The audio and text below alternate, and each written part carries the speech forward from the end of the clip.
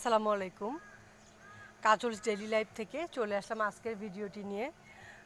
তো আজ আমি আপনাদেরকে দেখাবো আলহামদুলিল্লাহ বর্ষার পরে আমাদের ছাদের গাছগুলো কিভাবে সুন্দর হয়ে উঠছে আর কি।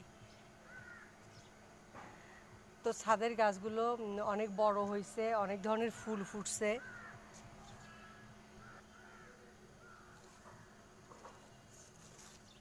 এই গাছটা ছোট ছিল, তো গাছগুলো এখন অনেক বড় হয়ে গেছে আর আলহামদুলিল্লাহ অনেক ফুল ফুটছে।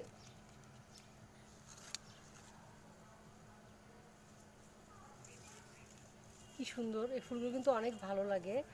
আর নর্মালি গাছগুলো বীজ থেকেই গাছ হতে থাকে। আর এবছরে এত ফুল ফুটছে আর গাছগুলো যে এত বড় হয়েছে। আর এটা কিন্তু একটা আমাদের আম গাছের গোড়ায় ছাদের টবে হয়েছে আর কি। আর এই যে সেই আম গাছটা, তো এখন কিন্তু আমের সিজন না, তারপরও আলহামদুলিল্লাহ এই যে আমাদের আম আছে এখনও গাছে, এবং আমগুলো পাকা শুরু করছে। এই যে কি সুন্দর আমগুলো পাকতেছে। এই যে বেঁধে রাখা হয়েছে যেন নিচে পড়ে না যায়।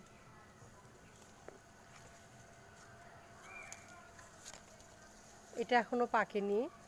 আবার এই যে এইখানে কিছু আম পাকছে, এই যে এইখানে আবার আরেকটা আম পাকছে।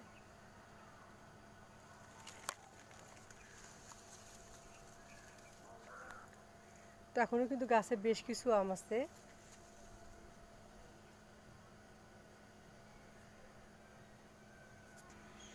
তারপর আমাদের ছাদে সবজি মানে পুঁইশাক খাওয়ার পরে কিছু ডাল ছিল, ডালগুলো লাগাই দেওয়া হয়েছিল।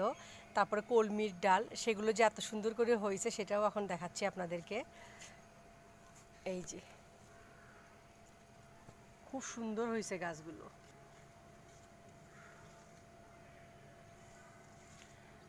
একদম পুঁইশাকের ডালগুলো কিন্তু মোটা মোটা হয়েছে, এই যে কত সুন্দর। তারপরে পাতাগুলোও অনেক সুন্দর হয়েছে, ঘন হয়েছে।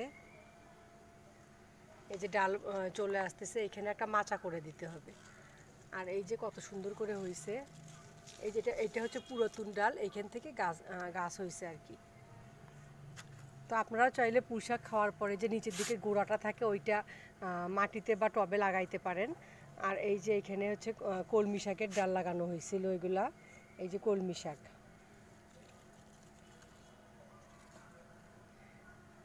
খুব সুন্দর হয়েছে গাছগুলো।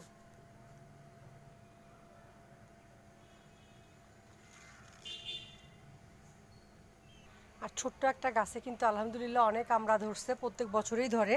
তো এবছর আরও বেশি আমড়া ধরছে আর কি। তো এই যে আমড়াগুলো এবছর আরও বেশি আমড়া ধরছে, অনেক আমড়া ধরছে এবার।